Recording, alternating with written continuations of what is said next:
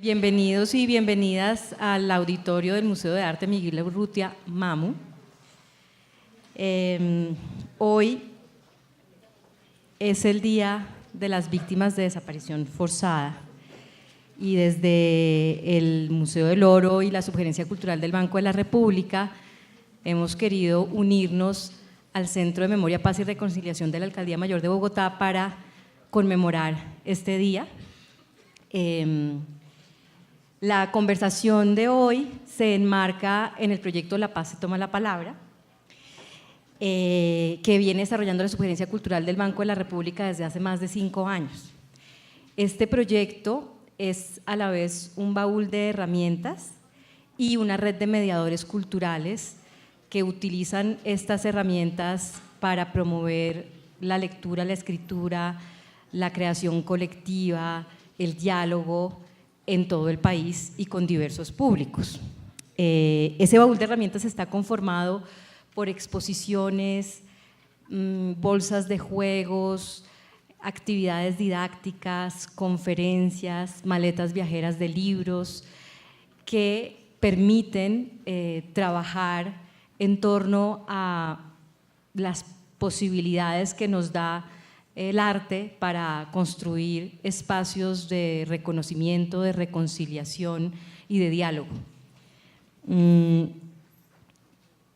Ese baúl de herramientas pues lo conforman herramientas físicas y digitales. En la página web banrepcultural.org, Proyecto Paz, pueden encontrar las herramientas digitales y pues toda la descripción de este proyecto. Esta conversación de hoy, además de estarla transmitiendo vía streaming, la estamos grabando y luego la vamos a colgar en el baúl de herramientas digitales de La Paz se toma la palabra para que pueda ser utilizada por mediadores culturales en todo el país. Esta red de mediadores hoy en día cuenta con más de 4.000 inscritos y podemos afirmar que gracias a ellos estamos logrando, digamos, fortalecer culturas de paz en el país. Esta red de mediadores existe desde el 2017 a través de una convocatoria que hicimos desde la Subgerencia Cultural del Banco de la República y esperamos que siga creciendo.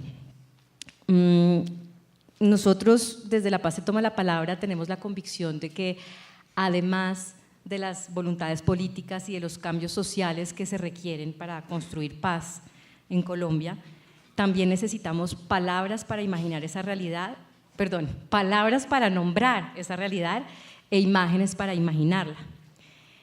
Palabras e imágenes es lo que nosotros agenciamos aquí en nuestras colecciones bibliográficas de arte y arqueológicas y etnográficas del Banco de la República. Y por eso nos damos cuenta que palabras como reparación y reparar tienen muchos significados, sentidos tan diversos como contextos, como campos del conocimiento, y nos damos cuenta que son palabras que tienen usos que enfatizan la práctica de restituir el estado original de las cosas, pero también resaltan los efectos emocionales y simbólicos de la acción.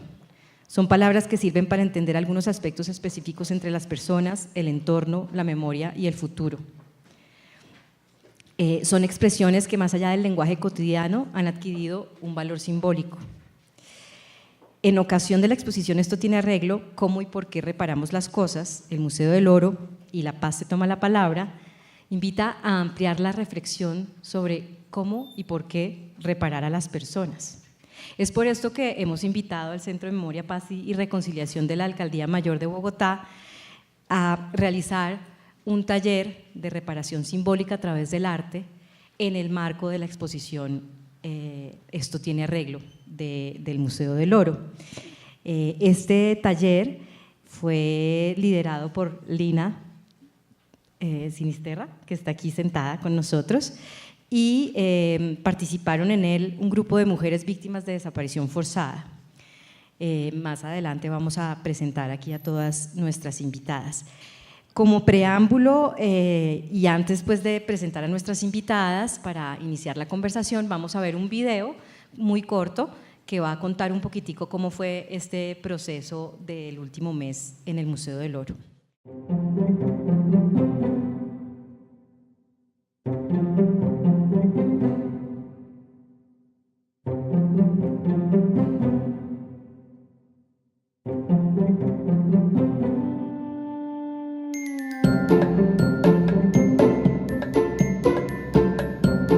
Este taller lo hicimos dentro del contexto de la exposición Esto tiene arreglo en el Museo del Oro. Es algo que ya está acabadísimo, ese peluche que nos regalaron a los 10, 15 años, que hoy en día pasa 20, 30, 40 años con nosotros. La propuesta fue trabajar primero en reflexionar qué tenía suficiente valor para nosotros que estuviera roto y que quisiéramos reparar en la vida.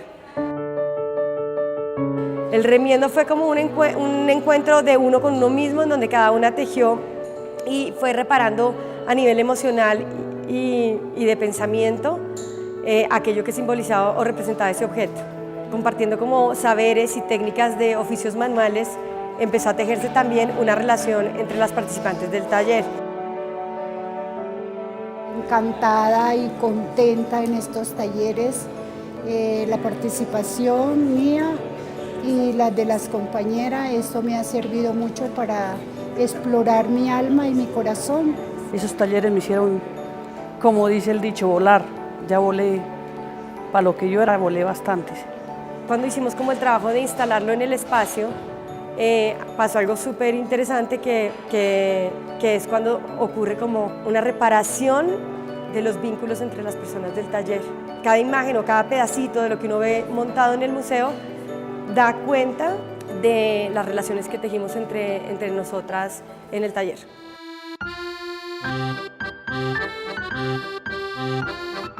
El perdón nace del corazón y cuando yo reconozco que cometí errores, que le hice daño, que le causé daño con mi comportamiento a otras personas, entonces entiendo que yo tengo que perdonar, pero también tengo que reparar el daño que causé. Saca uno cosas del corazón de que uno a veces sí se siente muy triste y uno tiene muchas cosas guardadas y entonces aquí pues al menos uno refleja la mente. Remendar y construir cosas que hemos hecho también me sirve como para el perdón. He aprendido a valorarme, a valorar las cosas, a valorar a los compañeros, a salir adelante.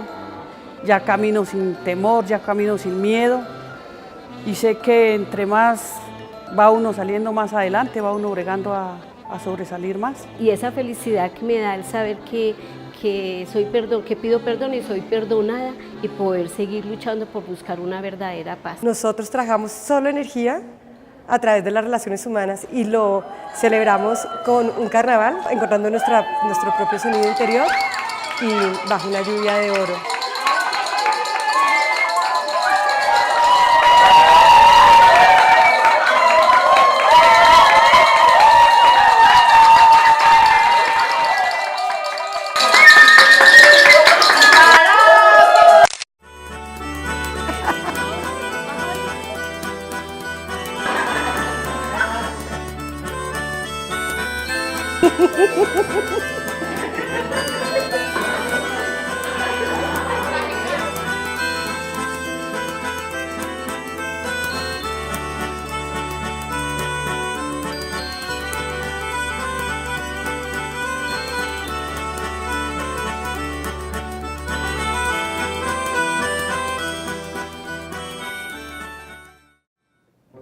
¿Por qué el arte puede ser un vehículo para la reparación simbólica? ¿Qué es lo que se repara cuando se reparan las personas? Para responder o construir juntas respuestas a estas preguntas, hemos invitado a Esperanza Rojas, esposa del sargento segundo del Ejército José Vicente Rojas Rincón, desaparecido, a Zoraida Muñoz, madre de Johnny Duván Soto Muñoz, ejecutado extrajudicialmente. Zoraida hace parte de la organización Madres de Falsos Positivos, MAFAP. También está con nosotros Lina Sinisterra, artista plástica y terapeuta, quien lideró y ha venido liderando una serie de talleres de este tipo con el Centro de Memoria, Paz y Reconciliación del Distrito. Y María Elisa Pinto, nuestra experta, directora de la Fundación Prolongar, que cuenta con amplios conocimientos y experiencia en el vínculo entre arte, construcción de paz y cambio social. María Elisa es profesional en Gobierno y Relaciones Internacionales del Externado y tiene un magíster en Estudios de Paz y Conflicto de la Universidad de Tokio. Antes de iniciar la conversación, quiero agradecer especialmente a Arturo Charria, coordinador del Centro de Memoria, Paz y Reconciliación, por ser nuestro cómplice una vez más para que La Paz se tome la palabra. Muchas gracias. Y recordarles que estamos en streaming, vamos a repartir también unas fichas de preguntas, vamos a tener media hora al final para hacer preguntas.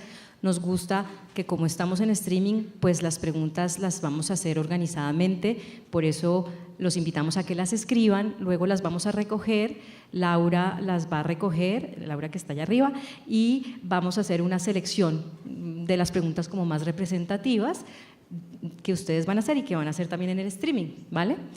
Entonces, bueno, yo quiero empezar primero pues por felicitarlos a todos ustedes, porque realmente pues la labor que hacen o ese tipo de actividades son muy arriesgadas, ¿no?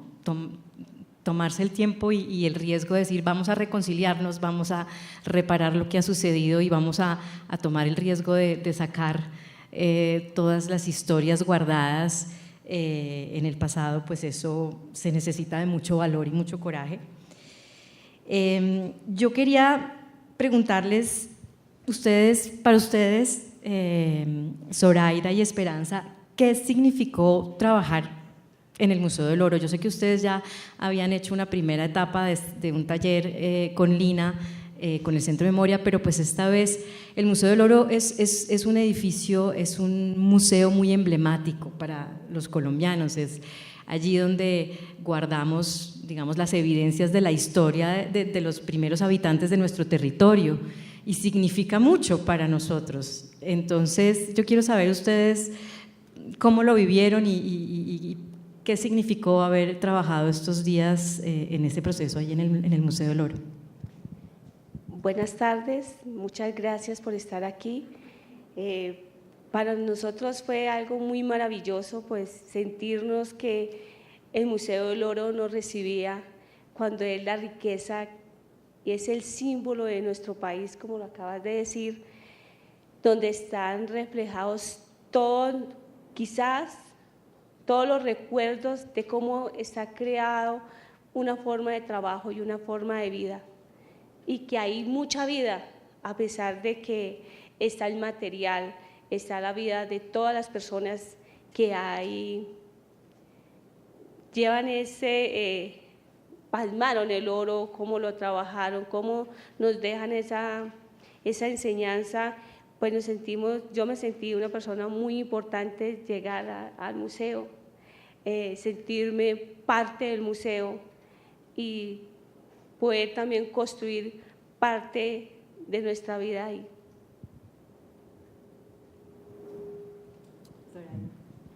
Buenas tardes, muchas gracias por invitarnos y agradecerles por estar todos aquí ustedes. Para mí fue un aprendizaje muy hermoso. Estar en el Museo de Oro es recordar nuestros antepasados, que también sufrieron por el oro y que también llegaron a pensar de que alguna vez tendría eso algún valor y un significado muy importante. Yo personalmente construí, tenía por allá unas fotos debajo de mi cama, no las quería volver a ver nunca más. Y este ramillete de profesoras que nos han enseñado que por sus poros sale amor, que nos han invitado, nos han enseñado a las vivencias de hoy en día, lo que nosotras hemos sufrido. Construí también yo mis recuerdos. Y para mí ha sido muy hermoso participar con Lina, que es una profesora, mejor dicho, increíble, Marcelita,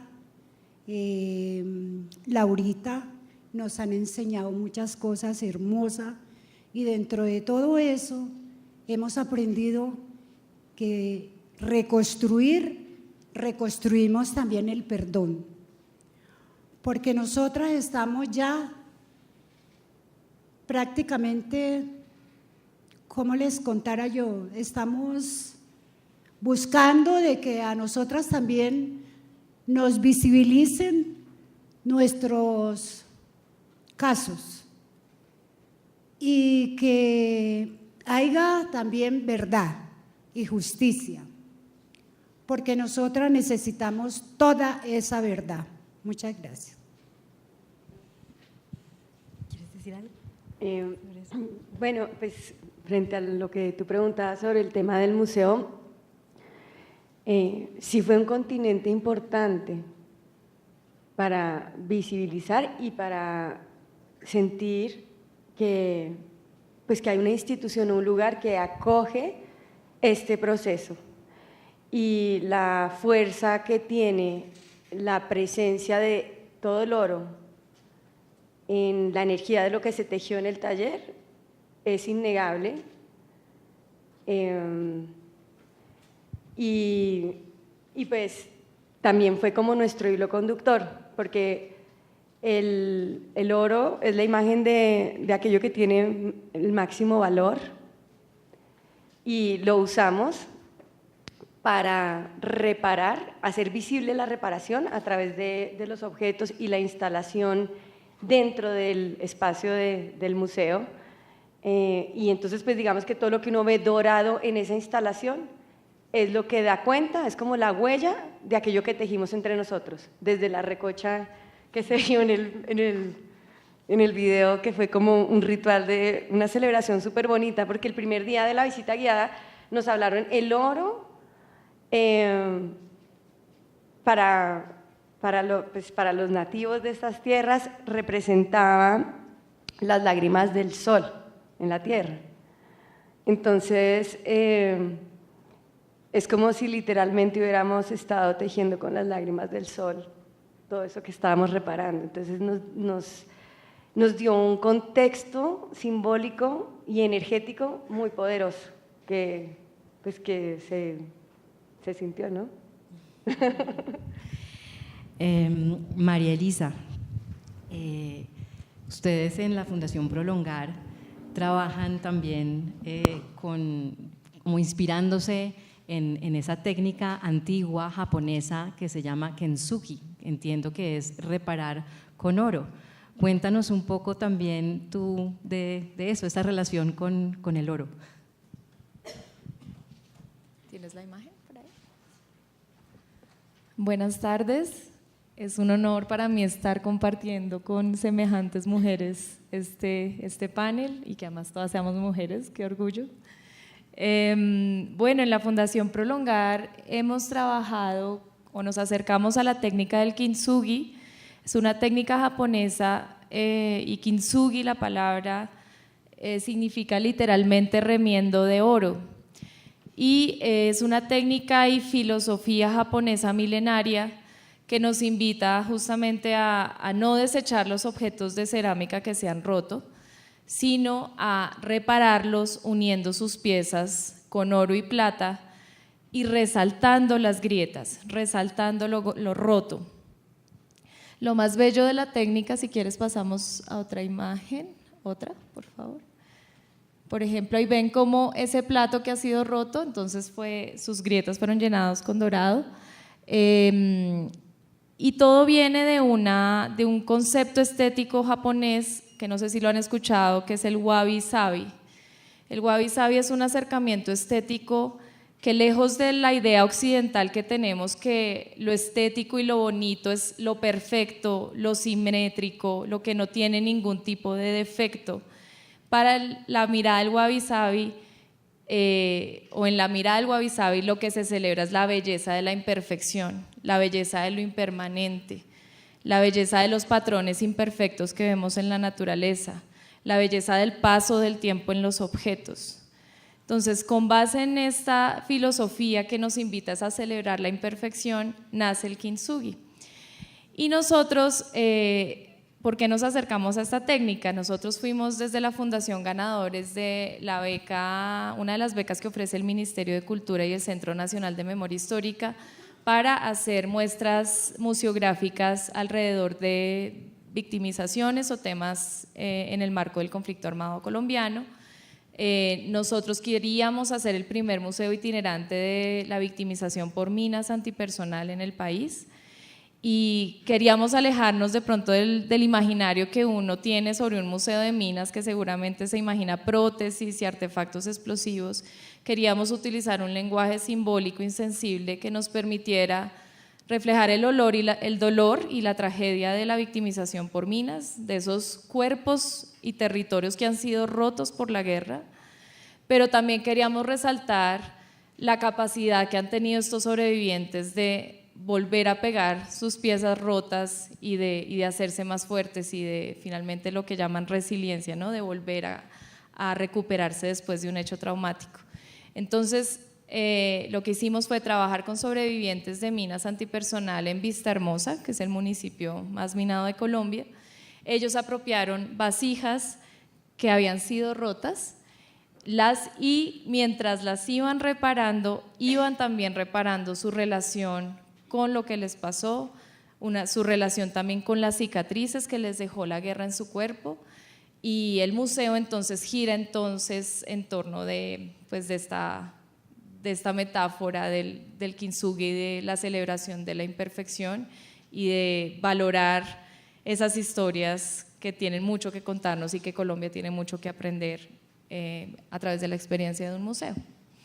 ¿Por qué oro? Pues porque también, como decía Lina, finalmente el oro simboliza lo más valioso, ¿no? En nuestro caso era pues también toda la línea a través de dorados, significando lo valioso que son esas historias y también la forma en que estas personas pudieron pegarse de nuevo. Bueno, la exposición Esto tiene arreglo, cómo y por qué reparamos las cosas del Museo del Oro, plantea que cuando reparamos un objeto, lo hacemos porque lo que buscamos reparar o recuperar es el vínculo que teníamos o que tenemos con ese objeto, la relación.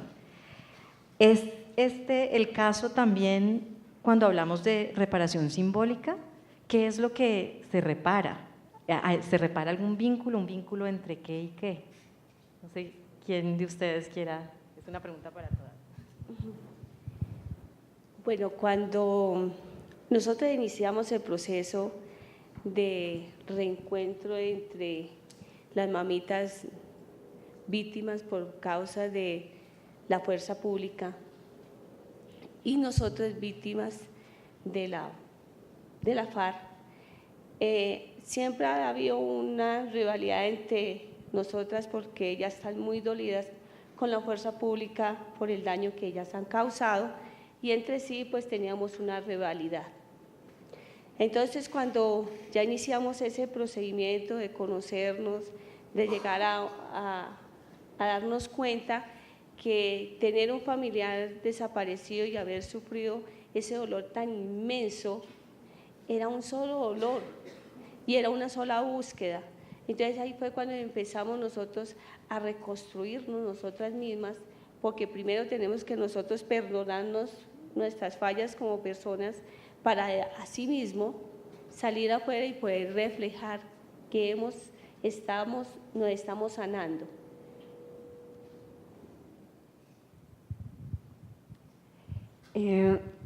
Sí, pues yo creo que lo que dice Esperanza es súper importante, el vínculo con el objeto que cada persona escogió, incluida yo,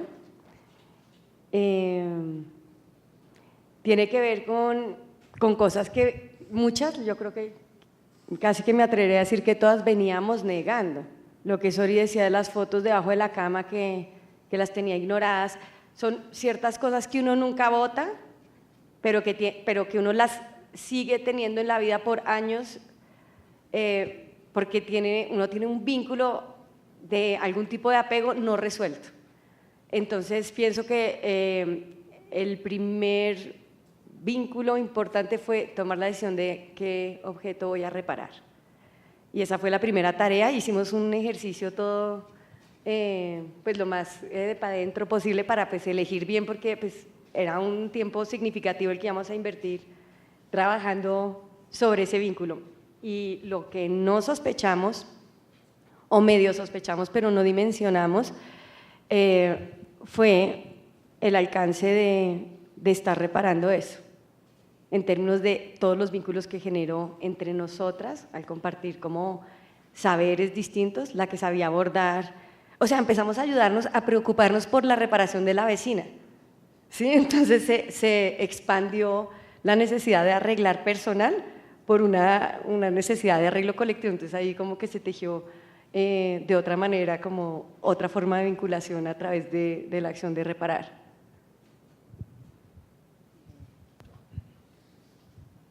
Bueno, yo pienso de que en el momento de que nosotras estábamos reparando, remendando, por decir algo, nosotras estábamos perdonando, estábamos reconstruyendo nuestras almas, estábamos como unas locas, recordando, gritábamos, brincábamos, pero al mismo tiempo nosotras teníamos algo en el alma, tenemos que perdonar. Yo personalmente pensaba eso y miraba a todas mis compañeras, decía, vea, en estos momentos estamos reconstruyendo una familia y que es la familia Mafapo, porque así se llama nuestra organización. Nos volvimos como unas niñas, que la una necesitaba unas tijeras, téngalas, que la una necesitaba una cosita, téngala, que la cinta, que el pegante, y nos volvimos chiquiticas en esos momentos, pero yo creo que en ese momento todas estábamos construyendo y estábamos remendando y estábamos perdonando. Yo personalmente estaba en esa, porque yo construí mi cuadrito donde puse la foto de mi hijo, viejas, allá donde cuando él tenía 8 añitos, yo no las quería volver a sacar, pero cuando a mí me dijeron que tenía que reconstruir, yo dije, pues yo lo que voy a reconstruir es esto, porque yo quiero reconstruir y recordar. Pero yo me aterré de ver la alegría, mejor dicho, todas nos volvimos unas niñas, brincábamos, gritábamos, cantábamos. Yo creo que en esos momentos nosotras dejamos de sufrir. En esos momentos nosotras dejamos de sufrir porque la una tocaba la flauta, la una tocaba la bozaina, la otra las maracas. Y qué familia se reconstruyó tan hermosa en ese. Y agradecerle al museo por darnos ese privilegio de tener nuestra galería allá. ¿Verdad que eso es una bendición de Dios? Muchas gracias. María Elisa, no sé, interesante, ¿no? Porque ustedes trabajaron con objetos, el objeto es tan presente en nuestras vidas y están en ese proceso de reparación a través de esa relación con ese objeto, están reparando la relación con ese objeto, el vínculo con su pasado y con su vida y con su historia a través de ese objeto. Cuéntanos, María Elisa, ustedes cómo manejan ese tema de los objetos cuando trabajan con las personas víctimas de minas antipersonales.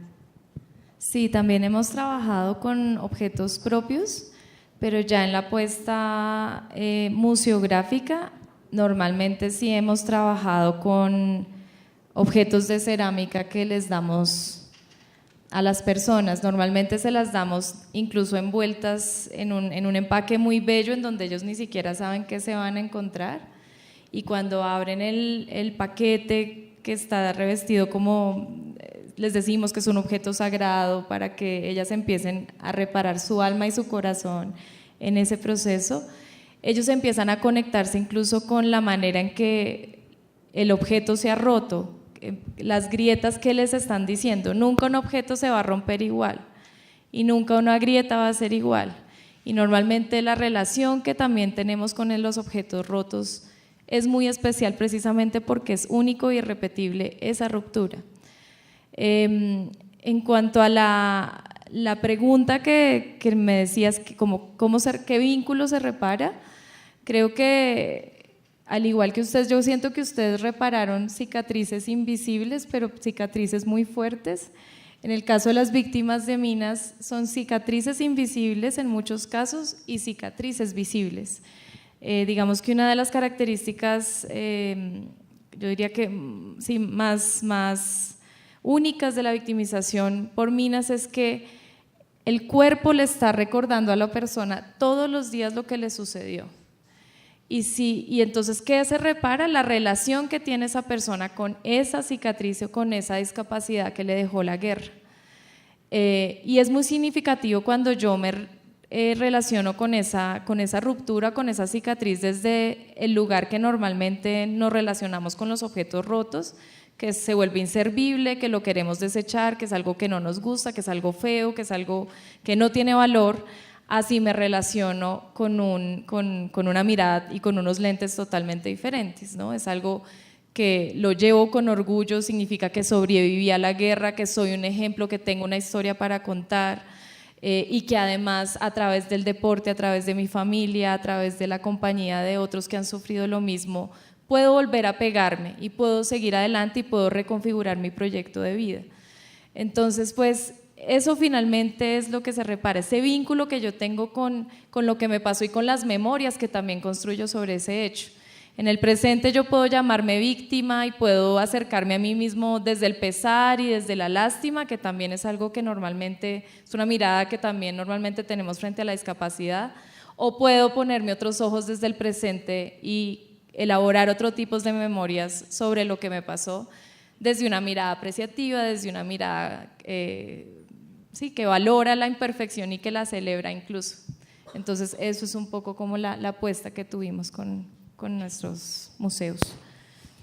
Entonces, bueno, buscamos reparar vínculos con los objetos, a través de los objetos, y seguramente es porque los objetos vienen cargados con símbolos, ¿no? Tienen como un significado simbólico muy poderoso. Eso cuenta también la exposición del Museo del Oro. Muchos de los objetos que se reparan son objetos que tienen una importancia, digamos, en los rituales funerarios, y son objetos muy simbólicos. Yo me imagino que los objetos que ustedes escogieron para este taller, pues seguramente los escogieron porque significan mucho para ustedes. Yo quiero saber si la presencia de algunos objetos en particular generó conflictos o emociones. ¿Cómo se relacionaron ustedes con los objetos que ustedes llevaron al taller? No sé si nos puedan contar algo de eso. Sí, mira que yo hice una conmoción. Para mí lo más valioso es la fuerza pública, porque mi esposo fue la herencia que me dejó luchar por él, poderlo encontrar, y ojalá Dios quiera que me dé la fortaleza de poder abrazar a mi esposo. Yo llevé un camuflado, una chaqueta camuflada, quería compartirla con todo el amor, porque si estábamos sanándonos, era un símbolo del amor. Entonces, para mí ese camuflado era la representación de que dentro de ese camuflado hay un ser humano, dentro de ese ser humano hay una familia, y esa familia tiene corazón. Yo saco el camuflado y este camuflado hizo estruendos. ¿Por qué traje eso aquí? Me sentí un poquito, Dios, ¿qué hice?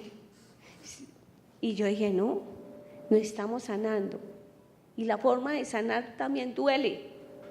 Y la forma de sanar, me di cuenta que ese día que nos toca volver a vivir y a recordar el daño que quizás esa ropa hace vivir en el corazón de la persona. Para ella es un dolor, para mí es como la fortaleza de seguir buscando a mi persona desaparecida y a todos los desaparecidos de nuestro país que pertenecen a la fuerza pública.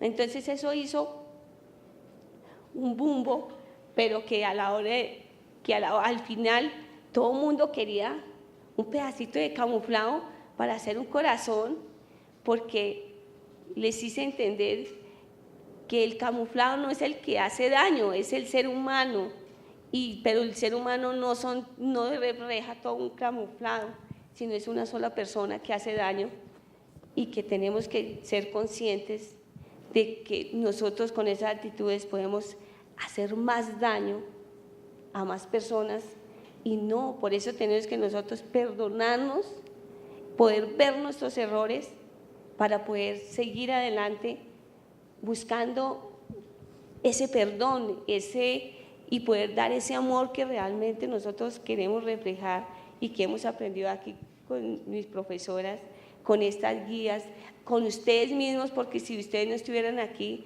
no nos hubieran dado esta fortaleza para de verdad seguir. ¿Quieres decir algo? Bueno, lo que dice la compañera es cierto. A nosotras nos da, pues o a mí personalmente no, yo la miré que llegó en su camuflado, no, para mí fue indiferente. Yo llevé a reconstrucción un recuerdo muy grato de mi hijo, la flauta, donde él me ayudaba a hacer el pesebre y él invitaba a los niños del barrio con su flauta cantando los villancicos. Y yo quise colocar esa flauta ya para reconstruir mis recuerdos, porque la verdad que yo recuerdo de mi hijo, como dice la compañera, que tenga ropa o algo, yo regalé todo, no quería tener sino las fotos, y eso las tenía por allá debajo de la cama. A mí personalmente al principio sí me daba ira ver el camuflado. Yo hoy en día ya no. He sanado, y con estos talleres que he recibido, he sanado más mi alma, le cuento. Esperanza, mucho.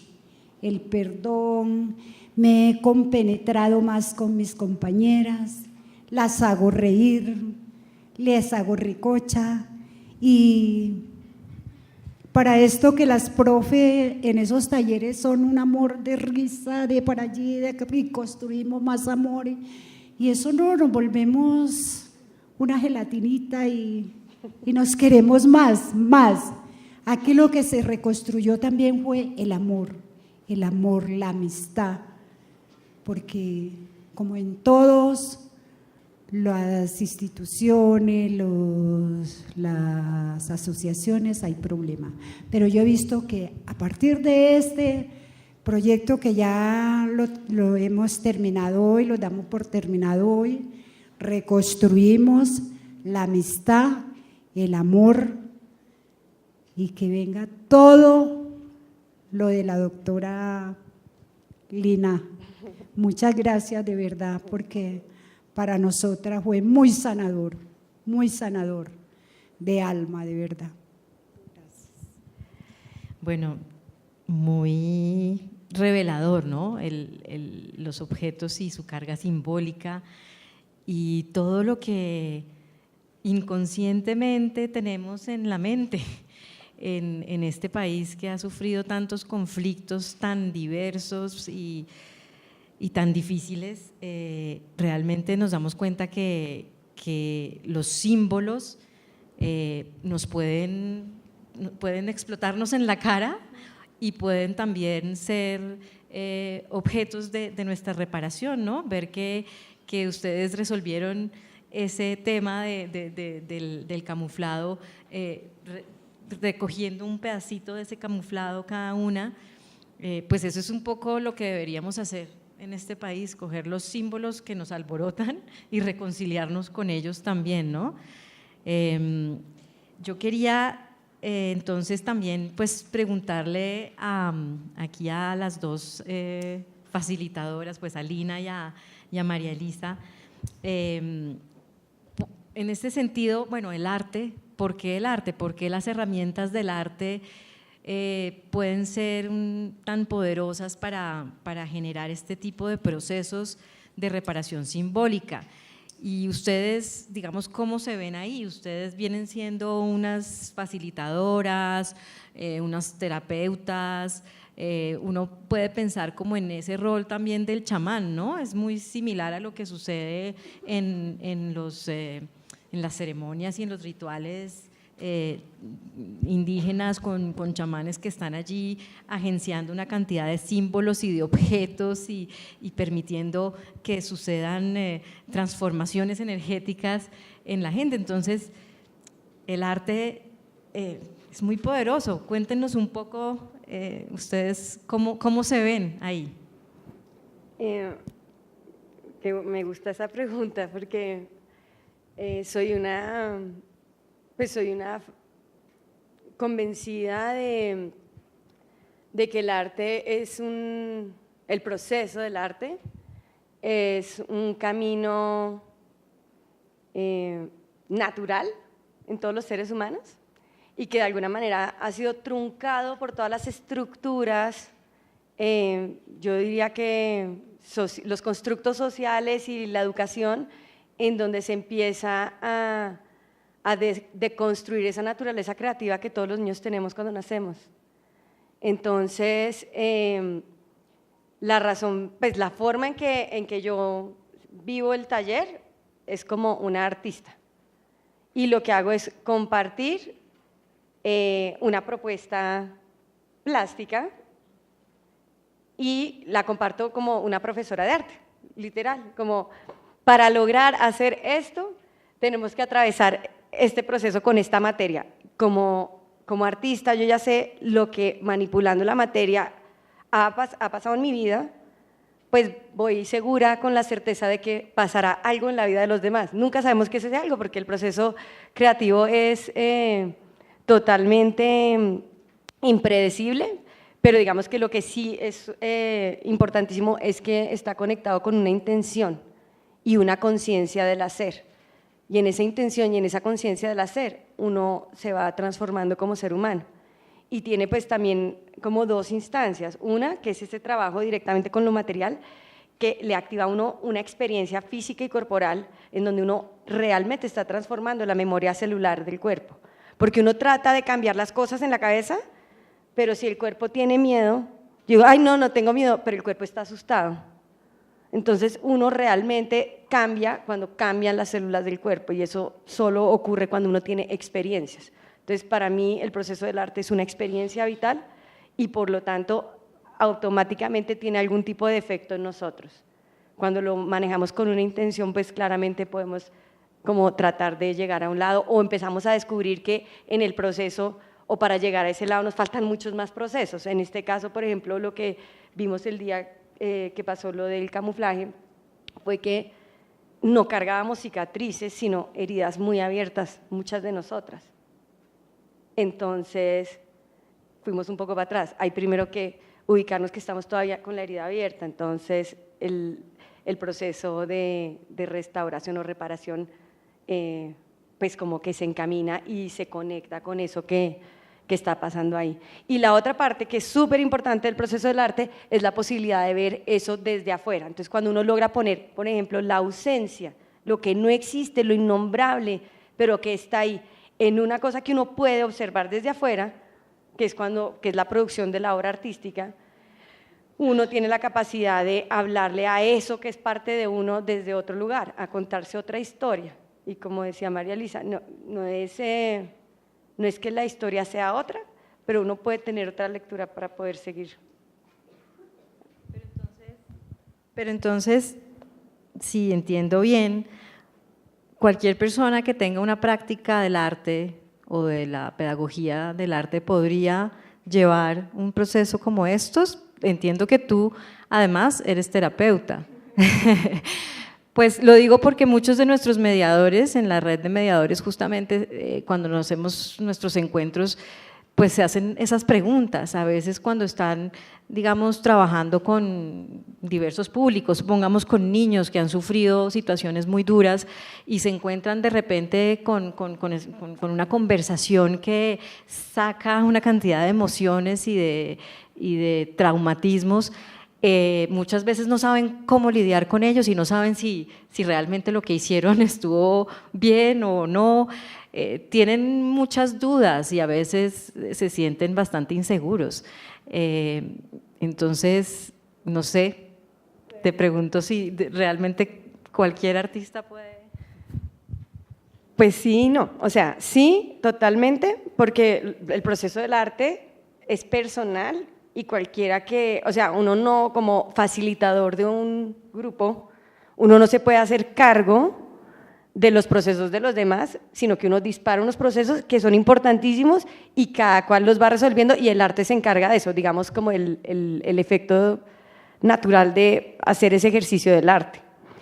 En la parte que digo que no es bueno, pues las herramientas terapéuticas le dan a uno ciertas pautas para entender que, por ejemplo, hay información que es importante recoger en un grupo, que si pues de repente uno como profesor solamente como facilita como el objetivo de producir una exposición, quizás no recoge desde ese lugar como emocional, pero pues uno sí recoge desde la crítica del arte, ¿sí? Entonces pienso que pues la estructura terapéutica simplemente pues como que da un formato de cómo abrir, profundizar en una sesión y cerrarla, pero lo que realmente pienso que hace la magia es hacer con conciencia. María Elisa, ¿ustedes cómo se ven? ¿Chamanes, facilitadores, artistas? Creo que sí, más obviamente artistas. Creo que todos los que estamos en la fundación de alguna forma hemos tenido un contacto muy cercano con el arte y por eso, porque hemos conocido a través de la experiencia lo que eso significa, hemos podido hacer puentes entre la psicología y el arte, la ciencia política y el arte, la formulación de política y arte, etcétera.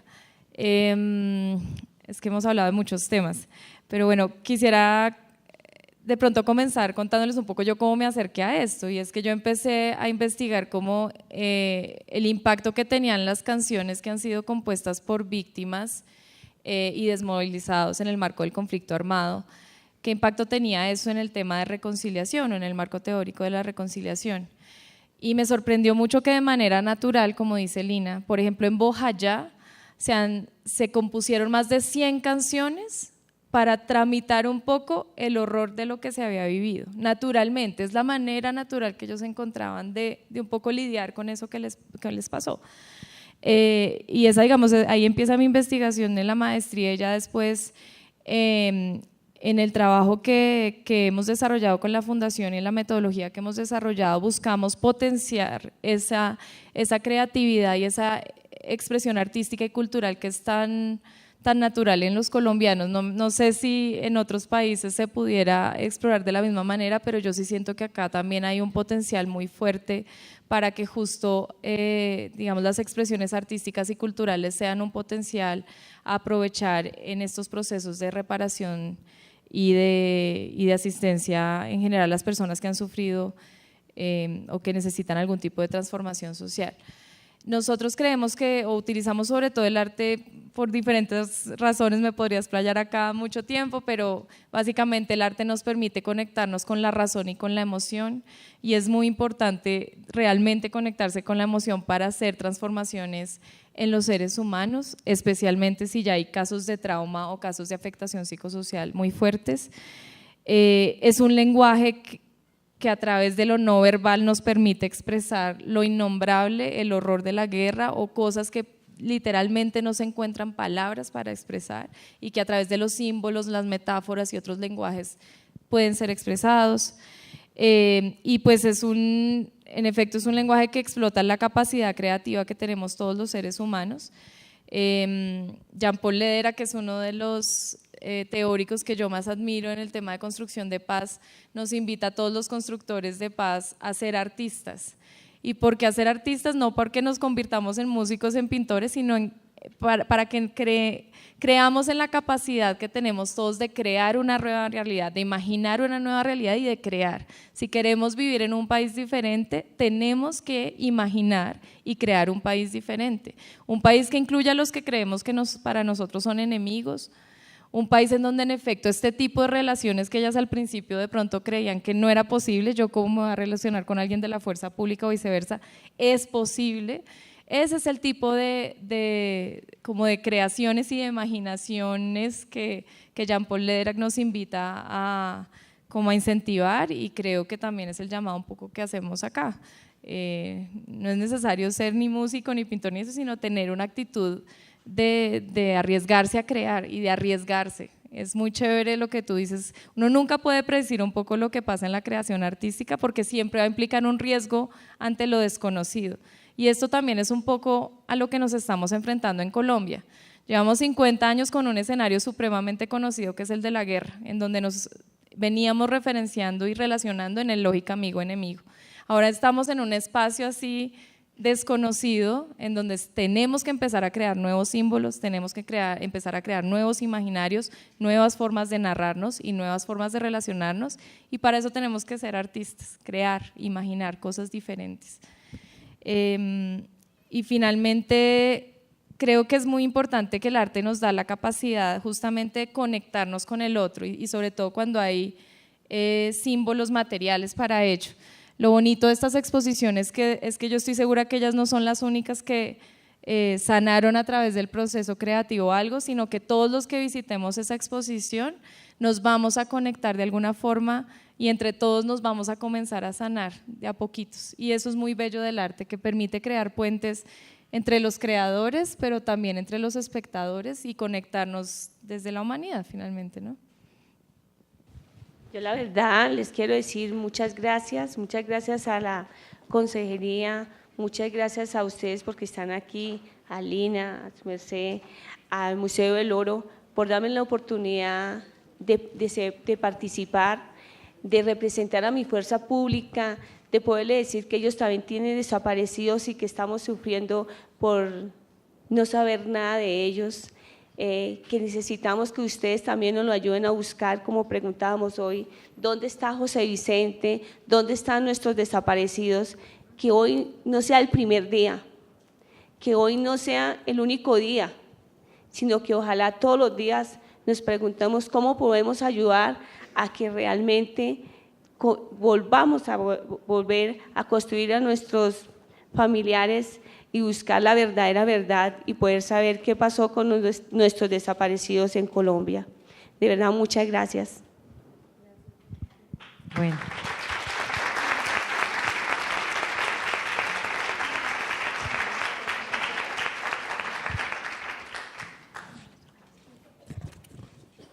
A ver, aquí tenemos una pregunta que hace Freddy Galeano de Facebook Live, desde el streaming. Entonces nos dice, Freddy, ¿no es peligroso excluir al hombre de estos ejercicios de reparación? Los falsos positivos, es importante la integración de las mujeres como líderes de nuevos movimientos, pero ¿no sería mejor hacerlo inclusivo? No sé, ¿quién quiera responder? Que dice que no es que percibe que los hombres están excluidos de estos ejercicios de reparación de falsos positivos, y dice que es importante la integración de las mujeres como líderes, pero que también sería importante hacerlo incluyendo a los hombres. Claro, los hombres también están incluidos en el proceso de los falsos positivos porque son papás, son hermanos, son primos, son tíos. Entonces también los hombres están incluidos dentro de nuestros procesos de los falsos positivos. Igual, pues, para como aclarar, este proceso que fue como un primer proceso que se hizo en el Centro de Memoria, pues lo pensamos con mujeres, no con la intención de excluir a los hombres, sino con la intención de armar un grupo homogéneo para trabajar desde cierto lugar, lo cual no implica que quisiéramos excluir para nada desde ningún punto de vista como a los hombres. Henry Fuentes. Perdón. Quisiera decir también que en nuestro caso ha sido todo lo contrario, la mayoría de nuestros talleres son de hombres porque más o menos el 80% de las sobrevivientes de minas son hombres. Y es muy bello ver que los hombres, que seguramente uno piensa que cómo se van a conectar con esto de reparar piecitas y tal, pues obviamente que también se conectan y obviamente que también tienen un corazón para sanar. Nos pregunta Henry Fuentes Romero, ¿cuál es el papel del victimario en el acto restaurativo? Pues bueno, yo comienzo también contándoles un proyecto que estamos haciendo ahora en torno a la reconciliación, que trabaja la metáfora del kintsugi, pero para sanar nuestras piezas rotas como sociedad.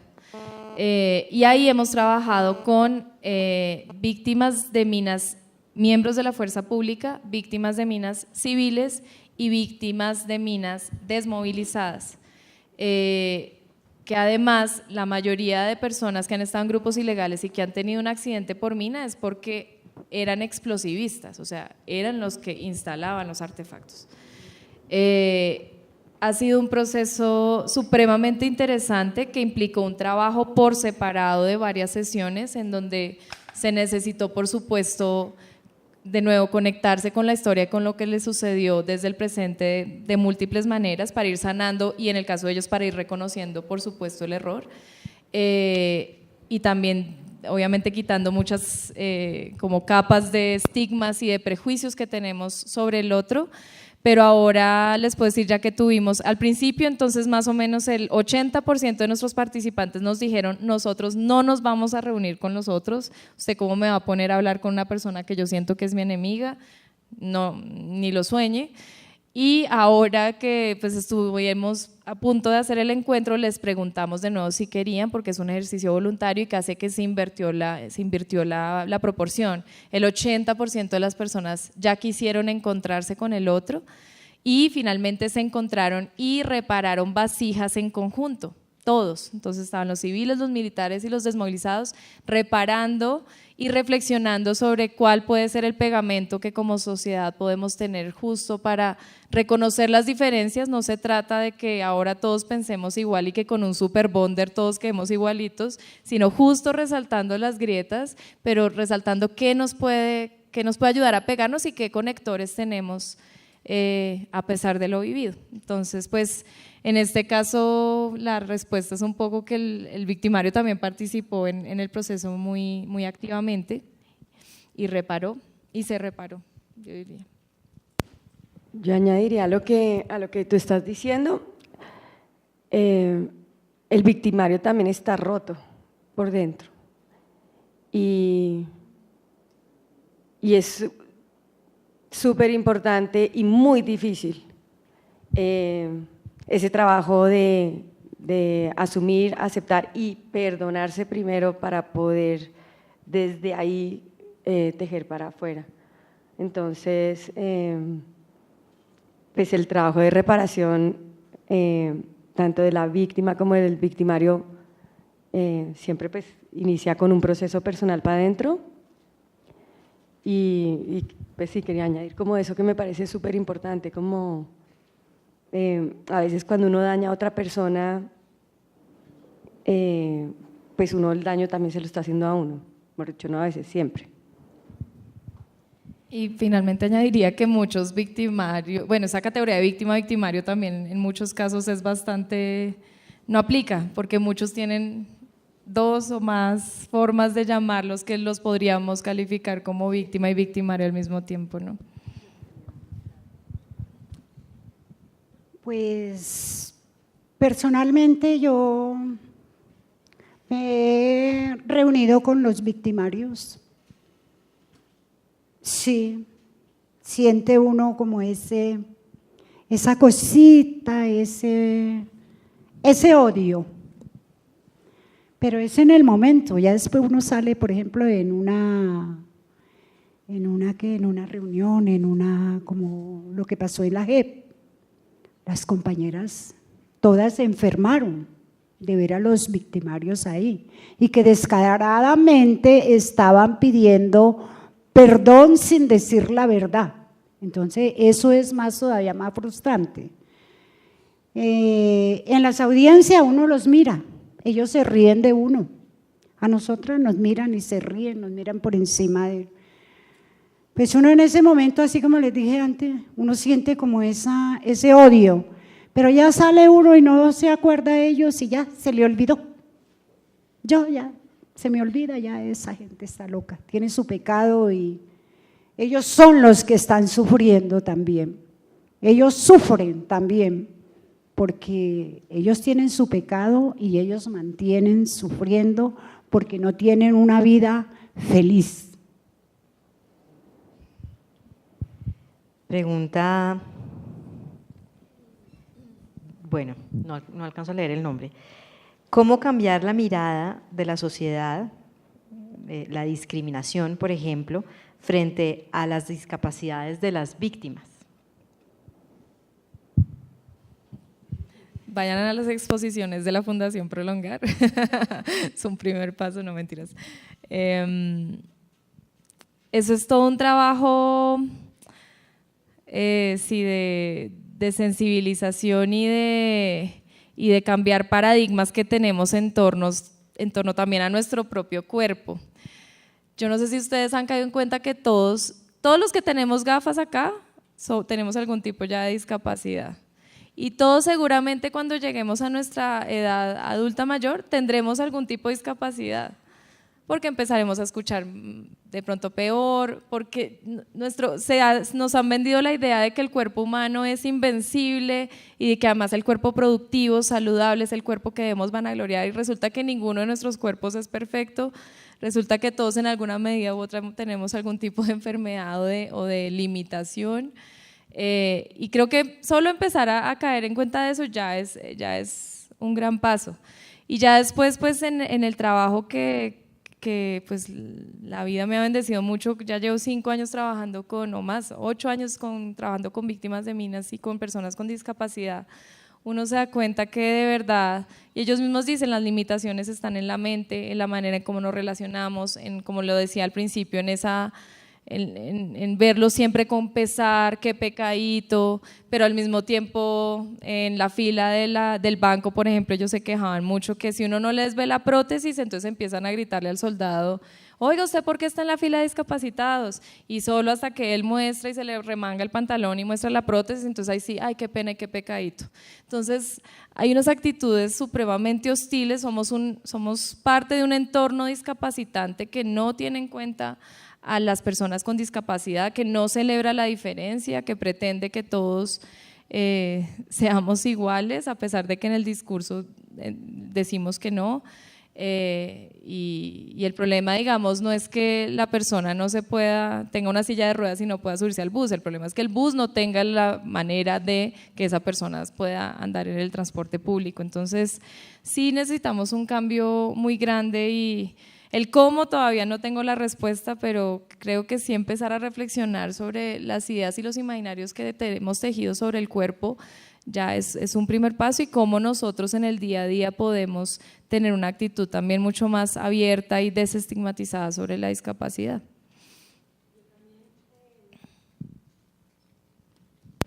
Añadiría lo que tú estás diciendo, que pues pienso que la discriminación tiene que ver con una proyección que tiene el pueblo colombiano en general frente a la condición de la violencia que hemos vivido por tanto tiempo. Entonces, lo que quiero decir con esto es que es tan duro y tan terrible el horror de lo que pasa en este país que como un mecanismo de defensa caemos como en una actitud de anestesia o de indiferencia frente a las cosas.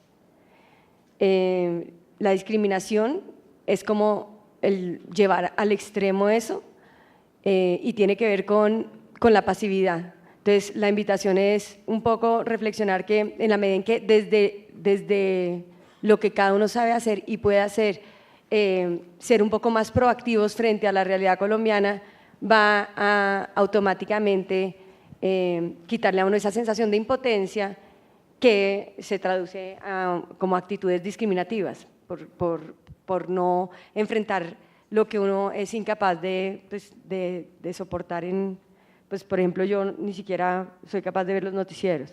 Por ejemplo, ahí también pienso que los medios tienen un poder enorme y en vez de resaltar procesos como los que nosotros hemos estado haciendo, resaltan todo el tiempo es la violencia. Pienso que también hay una responsabilidad muy grande en términos como de lo que los medios están haciendo con el país. Pues aprovecho para hacer una cuña. En el proyecto La Paz se toma la palabra, nos preguntamos mucho sobre cómo nos han contado la historia. Nos han contado la historia de una guerra, la historia de un conflicto y en general todos tenemos como esos recuerdos de momentos claves de la violencia, ¿no? Y resulta que desde que existen conflictos en este país, existen también procesos de construcción de paz, hechos de paz. Nosotros, una de las herramientas que hemos desarrollado es una línea de tiempo de hechos de paz. Esa línea de tiempo tiene una realidad física, está presente, pues está pegada en la biblioteca aquí Luis Ángel Arango y en algunas de las sucursales culturales del Banco de la República.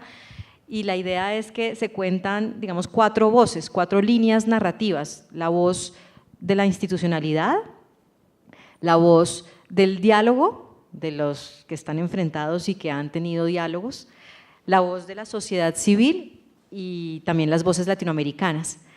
Existe también una versión digital en la página web que puede ser completada, digamos, por las personas, y tenemos también una herramienta que nos permite y que es muy eficaz y es muy querida por los mediadores porque permite crear líneas de tiempo, por ejemplo, individuales. Yo hago la línea de tiempo de hechos de paz de mi propia historia, hago la línea de tiempo de hechos de paz de mi comunidad y luego podemos hacer un tendedero de la paz ya de un grupo más amplio, ¿cierto? Siempre como en un diálogo y en una discusión para identificar esos hechos que han contribuido a construir una sociedad en paz, un barrio en paz, un colegio en paz.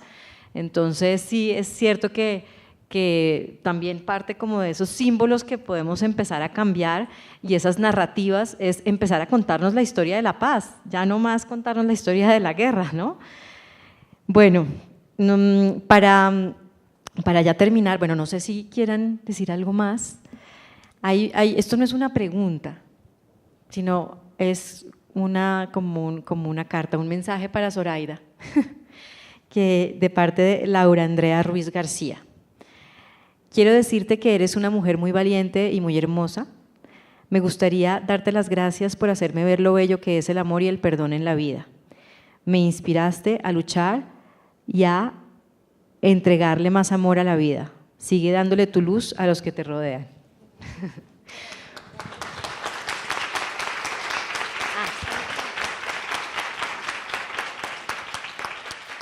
Bueno, aquí tenemos entonces una última pregunta dirigida, bueno, a Lina y bueno, yo creo que a todas.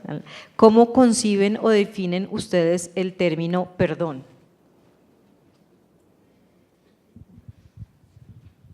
Perdón.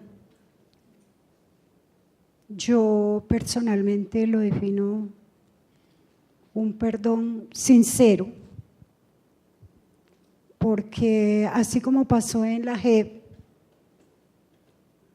¿cómo vamos nosotros a perdonar a los militares cuando nosotras no sabemos todavía la realidad de la vida?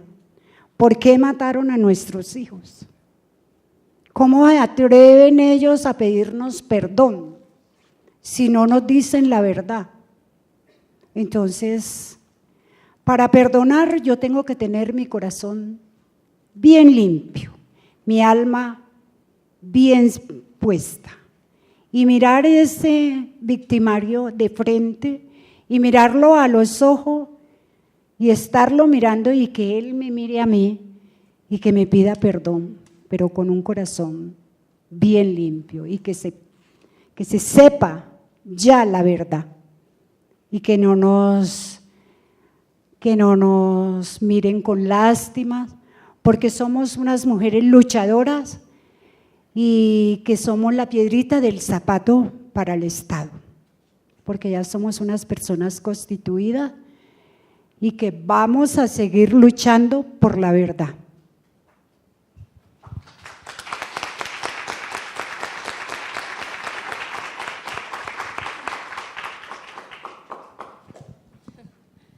Para mí el perdón es una decisión muy personal. Sí, lo dejo ahí.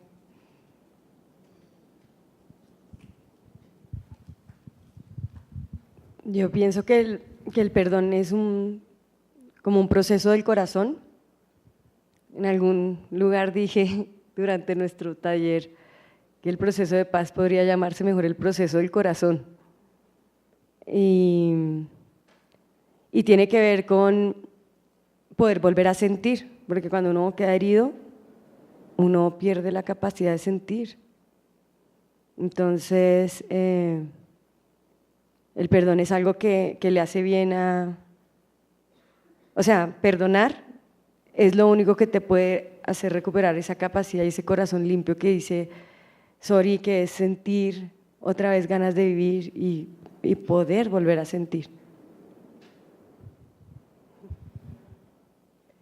Bueno, pues muchas gracias. Estamos pues muy contentos de haber vivido esta experiencia con ustedes. Gracias por haber aceptado también acompañarnos en este experimento con el Museo del Oro. Los invito entonces también a dentro de 15 días para las personas que quieran volver a ver esta conferencia o si se la quieren recomendar a alguien, va a estar ya subida en el canal de YouTube de Banrep Cultural. Muchas gracias.